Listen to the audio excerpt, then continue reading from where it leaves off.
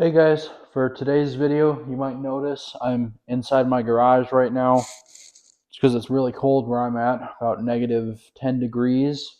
But today's video is going to be on the Mosin Nagant rifle. I've got two examples here. One's older than the other, hex receiver compared to smooth. Uh, just a little bit of background info on these rifles first. Is they were first in service in 1891, and they're still in use today with a plethora of different countries. You've probably seen footage of them in the Ukraine war as well. These things have been used in 59 wars, actual wars, and probably 100 other little bush wars all over the world. It was designed.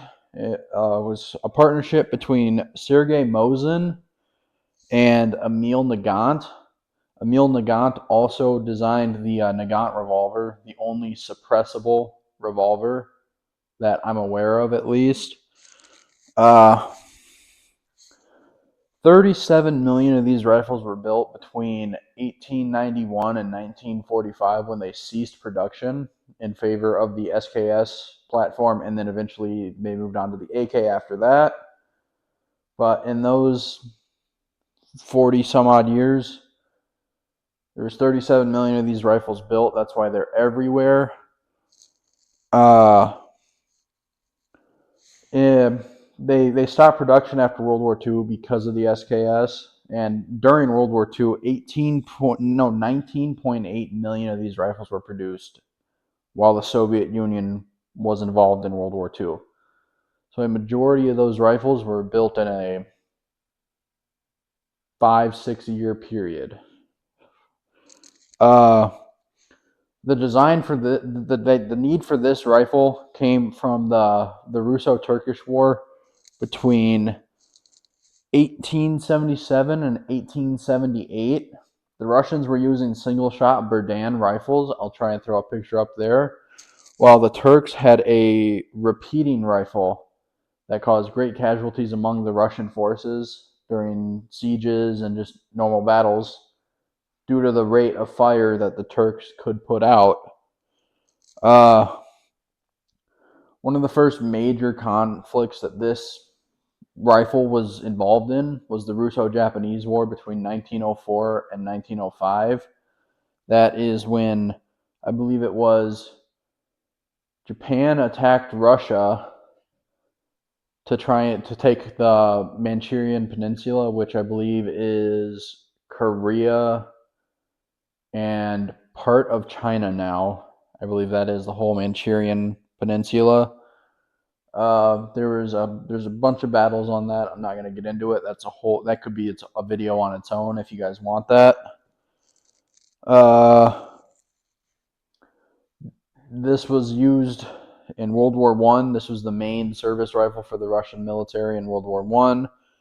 But they had a shortage at the time, so they contacted Remington in the United States and the British Westinghouse Company, I believe it was, to produce these rifles for Russia. And Remington, they were contracted to build 1.5 million of these rifles. They only made about half of them. But right after World War I, as you guys know, the October Revolution happened. That is when communism became the main party or main theology for Russia, and they became the Soviet Union. That is when the Tsar was killed. It was a huge civil war. If you guys don't know much about it, I can throw some more info in there. Lenin canceled the contract for these rifles after only a couple 100,000 were delivered to Russia, and it nearly put Remington into bankruptcy because they were banking on this contract. So the U.S. Army actually bailed them out, and they bought the remaining rifles from Remington. They were used in the North Russia intervention. That is, I think, United States and British troops in Russia at the time of World War I, giving them training or something like that. They tried to get as many rifles and ammunition away from the Bolsheviks, which are the communists, get them away from that and into the rest of Europe or back into the United States. I don't know a lot about it. I just know a little bit. So I can't give you a ton of info. The rifles that the U.S. Army purchased, though, they went to National Guard units. They went to JROTC schools. That's I think it was junior officers training or something like that. They went to the SATC, which I'm not sure what that is. I'm pulling info off a website right now for this portion of it. But the normal U.S. Army also used these. You can find pictures of U.S. regular Army with Mosin Nagant rifles produced by Remington. I know you can find Remington Mosin Nagants on the civilian market as well, but they are very, very, very expensive just because of how rare they are. I'm looking over my little sheet here.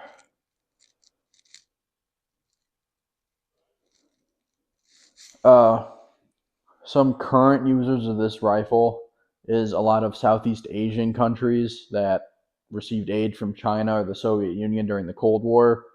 Vietnam, Korea, Laos, all stuff like that. They received these Mosin Nagant rifles by the hundreds, just because the Soviet Union was already on SKSs, AKs, well, mainly AKs at this point, so they were trying to get rid of old rifles. Some current users of this, one of the big one that I was surprised by was Bulgaria. They have their 101st Alpine Regiment is equipped with Mosin Nagant still. That's one of their main rifles for that regiment. I don't know much about that. All I know is that they are equipped with them. But that's enough of that info. I'll tell you some more about these two rifles that I got on the table right in front of me here. So this first one is a hex receiver. These ones are mainly the older Mosin Nagants, the hex ones. This specific one was made in, I don't know if you guys can see it well, but it is 1926. And I can't read Russian to tell you what else is on there, but I believe this one is from the Izhvek arsenal. The bolt is very smooth on this one. It's a great shooter. The wood, the stock, great condition. Everything's here, including the cleaning rod. I have a bayonet for the Mosin. I don't know where it's at right now, though. But I'll show you. This one is in a lot rougher condition. It is a Tula built in 1938. But as you can see right there, maybe, that is SA. That is a Finnish capture mark. So this is a Finnish captured rifle, which means it was used in the Winter War and probably the Continuation War as well, which might explain why it's so rough. The stock right here has 3 marks, which I'm assuming are kill marks. So this rifle has ended someone's life, probably. As you can see back here, the stock is all beat up and everything too. This is the first Mosin that I got, was this Finnish one. But I don't shoot that much anymore. I mainly shoot my older one, the hex receiver. I'll show you how to load these up as well using stripper clips. So what you got to do, get your stripper clip, open up that bolt. There is a slot right there that you take your stripper clip, you set it in just like that, and then thumb on top, you just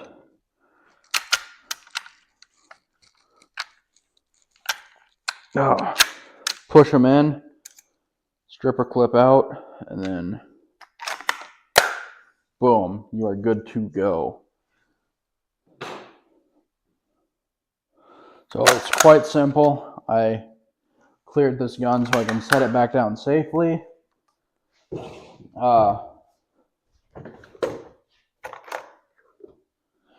The cartridge it shoots is the 7.62 by 54R. The R means rimmed, which you can look at it right there. It has a rim on the base end like the 303 British cartridge does. A lot of revolver rounds are rimmed. 357, 44, 38 Smith & Wesson. It's basically that, but a rifle cartridge. One problem that these cartridges do have, and I believe you can have it on the Mosin, is what's called rim lock. So what happens with rim lock is when you're putting them in, you have your first round there, and then you have your second round on top of it like that with the rim forward, so that when you run the bolt on your weapon, boom, boom, boom. What happens with the rim lock is you have it like that, then the third round or whatever gets stuck behind like that. So when you try and feed it, you can't feed the rifle properly. So that is one problem, one malfunction that you can have with these rifles. I know on some of the older ones, the firing pins aren't the best. They might be broken or just worn down enough where it gets light strikes. I have not personally encountered that, but it seems like an easy enough fix. But I'm going to go out. I'm going to set myself up. I'm going to shoot both of these rifles for you guys, and then run a shoot, reload, shoot drill with these using those stripper clips. So I'll see you guys right now. I'm out here at my range right now. I'm going to load up these rifles. We're going to get to shooting a little bit. I have the mask on. It's cold as shit out right now.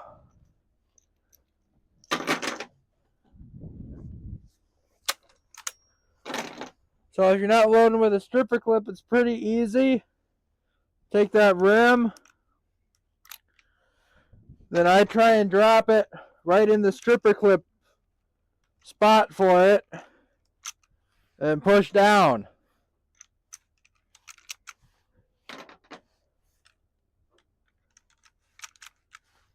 These are 5-round capacity internal mags. So, that's 5 rounds. Let's shoot this thing now.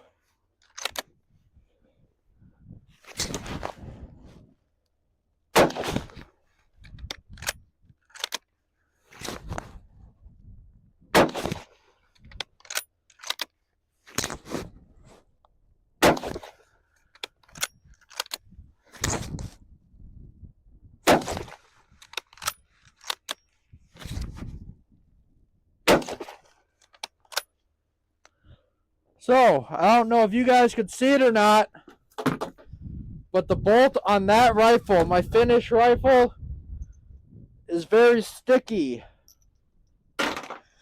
It takes a little bit of strength. So let's try out this Russian hex receiver now. I'll load up another 5 rounds in here.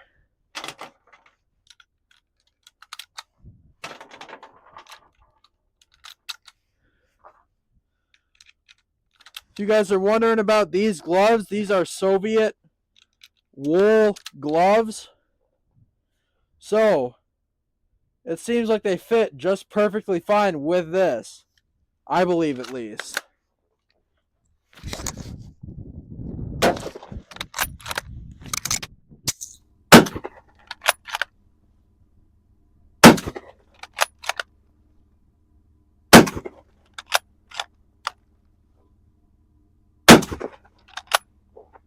As you guys could probably see on that, that was a lot faster.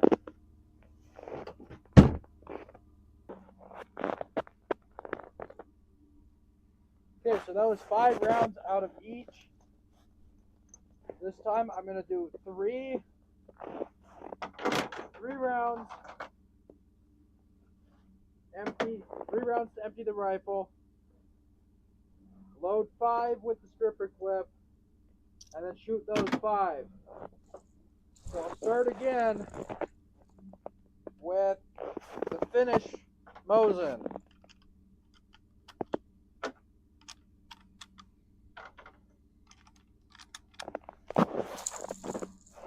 So I'll get my stripper clip right here, sticking out so it's easy to grab for me instead of digging around.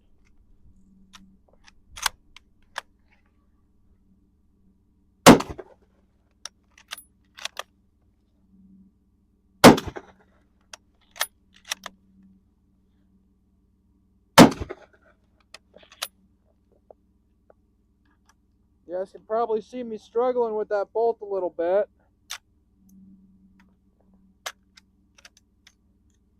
Five rounds in.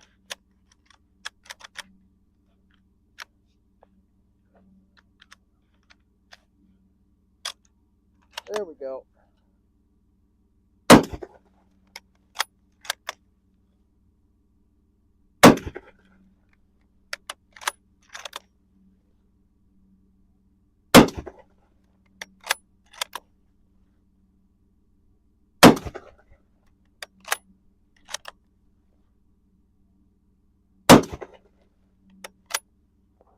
There we go, 5 rounds complete. So, this bolt is seriously sticky. I lube it almost every time before I shoot it, and it still sticks. I don't know what the problem is, but we're going to test out the hex receiver Mosin now. 3 rounds. Stripper clip right here again. Same setup.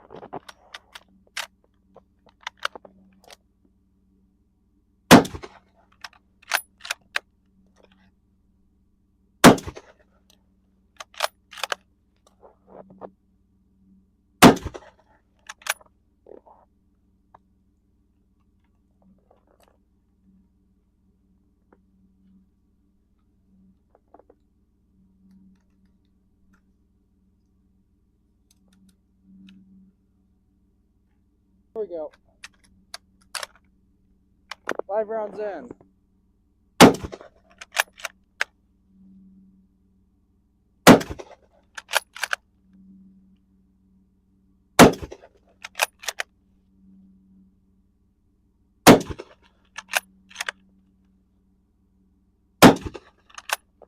There you go, 5 rounds complete. I will see you guys back in the garage for the end of the video. See you guys later. So, now that we got done shooting these rifles, I just want to say, yes, these guns are not smooth modern shooters. These are very roughshod produced rifles, in my opinion. But you can have a great amount of fun with them if you know if you're willing to work around the problems. These things aren't as cheap as they used to be. I've had older people tell me all the time, oh, you can get them for $100 a rifle and barrels. You can't do that anymore, sadly. These will run you probably $600 to $700 now, which is crazy for a Mosin. It's not a $600 or $700 rifle at all. But these are fun for me. These rifles are. I like them a lot. These two are both pieces of history. Built in 1926 and 1938. They probably both saw war and made their way over here. If these guns could talk, imagine the things that they could say to us.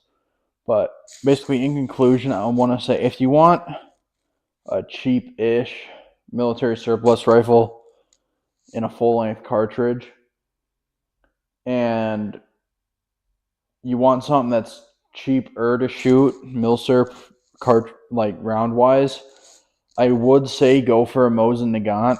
The 7.62 by 54R is probably one of the cheaper milsurp rounds out there compared to like 8mm Mauser, 303 British, 765 Argentine, stuff like that. Those are more expensive. They don't make modern guns in those. 7.62 by 54 is still in use with the PKM and PKP, the SVD, Dragunov, a whole slew of different rifles use that round still. So it is still being produced by multiple different companies. But I'd say if you want a good, if you want a good surplus rifle that will last, a Mosin Nagant is definitely the way to go. Thank you guys for coming to this video. I'd give it a good 7 out of 10 for rifle review wise. I will see you guys next week for another video.